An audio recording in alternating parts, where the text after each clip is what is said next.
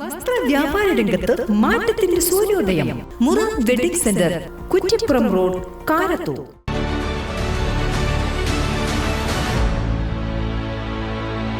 നമസ്കാരം, Vettan news on ടൈമിലേക്ക് സ്വാഗതം. കല്യാണം ഇനി വേറെ level. Basid Wedding Mall, Basid Arcade, Poongottukulam, Tirur. കേരളത്തിലെ കർഷകർ അനുഭവിക്കുന്ന ഏറ്റവും വലിയ പ്രയാസം അവരുടെ കാർഷിക വിളകൾക്ക് വില ലഭിക്കാത്തതുമായി ബന്ധപ്പെട്ടതാണെന്നും അതിനെ നേരിടാനായി കേരള സർക്കാർ വലിയ പദ്ധതികൾ ആവിഷ്കരിച്ചിട്ടുണ്ടെന്നും മന്ത്രി വി അബ്ദുറഹ്മാൻ പറഞ്ഞു. ഒഴൂർ കൃഷിഭവന് വേണ്ടി പുതുതായി നിർമ്മിച്ച കെട്ടിടം ഉദ്ഘാടനം ചെയ്ത് സംസാരിക്കുകയായിരുന്നു മന്ത്രി. ഒഴൂർ പഞ്ചായത്ത് പ്രസിഡന്റ് യൂസഫ് കൊടിയേങ്ങൽ അധ്യക്ഷനായി. Trendy and customise collection, best in budget. Theyyam പാട്ടിൽ പോലൊരു ഓപ്ഷൻ വേറെ ഇല്ല. കാർഷിക വിളകളിൽ നിന്നും മറ്റു ഉൽപ്പന്നങ്ങൾ നിർമ്മിച്ച് മാർക്കറ്റിൽ വിൽപ്പന നടത്താനുള്ള സൗകര്യങ്ങളടക്കമുള്ള ബൃഹത് പരിപാടികളാണ് സർക്കാർ നടപ്പിലാക്കിയതെന്നും കേന്ദ്ര സർക്കാരിൽ നിന്നുമുള്ള വിഹിതം ലഭിക്കാത്തതാണ് നെൽകർഷകർക്കുള്ള താങ്ങുവില കൃത്യസമയത്ത് നൽകാൻ കഴിയാത്തതിന് കാരണമെന്നും മന്ത്രി പറഞ്ഞു. കേരള സർക്കാർ കടമെടുത്തും കർഷകർക്ക് മുഴുവൻ തുകയും നൽകിയെങ്കിലും കേന്ദ്ര വിഹിതമായി നൽകേണ്ട 2850 കോടി രൂപ ഇതുവരേക്കും സംസ്ഥാനത്തിന് ലഭിച്ചിട്ടില്ല എന്നും മന്ത്രി കൂട്ടിച്ചേർത്തു. അവരെ പ്രോത്സാഹിപ്പിക്കാൻ കൃഷി വകുപ്പ് ധാരാളം കാര്യങ്ങളുണ്ട്. നമുക്കറിയാം, കർഷക ദിനത്തോടനുബന്ധിച്ച് കർഷകരെ ആദരിക്കുന്ന ചടങ്ങുകൾ, അവരുടെ അനുഭവങ്ങൾ പങ്കുവെക്കുന്ന കാര്യങ്ങൾ, അതോടൊപ്പം തന്നെ അവർക്ക് അനുഭവിക്കുന്ന കൃഷിനാശം പോലുള്ള കാര്യങ്ങളൊക്കെ തന്നെ പ്രത്യേകം നമ്മൾ ആ കാര്യങ്ങളൊക്കെ ശ്രദ്ധിക്കാറുണ്ട്.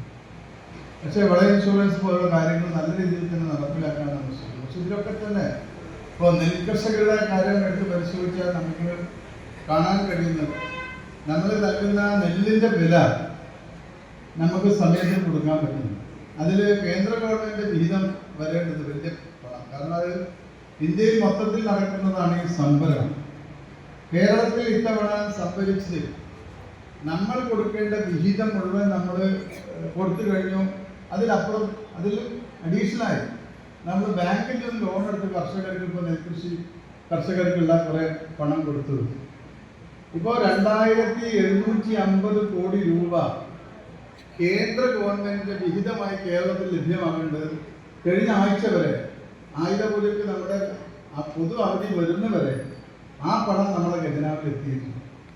അപ്പോൾ ഇത് വലിയൊരു പ്രതിസന്ധി നെൽകർഷകർക്ക് ഉണ്ടാക്കുന്നുണ്ട്. പക്ഷേ കേരള ഗവൺമെന്റ് പലിശക്ക് പണം എടുത്തിട്ട് കൂടി നമ്മൾ കൊടുത്തു ഇവർക്ക് ആവശ്യമായ പണം. പക്ഷെ ഇപ്പോൾ അവസാനമായി ഏകദേശം 350ഓളം കർഷകർക്കായിരുന്നു ആയുധപൂജയ്ക്ക് മുമ്പ്, ഓണത്തിന് മുമ്പ് പണം കൊടുക്കാണ്ടായിരുന്നു. പക്ഷെ ഓണത്തിനും നമുക്ക് ഭാഗികമായി മാത്രമേ കൊടുക്കാൻ കഴിയുള്ളൂ. ആയുധപൂജയ്ക്ക് മുമ്പ് നമ്മൾ കുറേ കൂടി പണം കൊടുത്തിട്ടുണ്ട്. അപ്പോൾ കേന്ദ്ര ഗവൺമെന്റിന്റെ ഈ കാര്യങ്ങളുടെ നയം നമുക്ക് നല്ല രീതിയിൽ കൃഷിയെ ബാധിക്കുന്നുള്ളൊരു വസ്തുത കർഷകർ മനസ്സിലാക്കിയിട്ടുണ്ട്.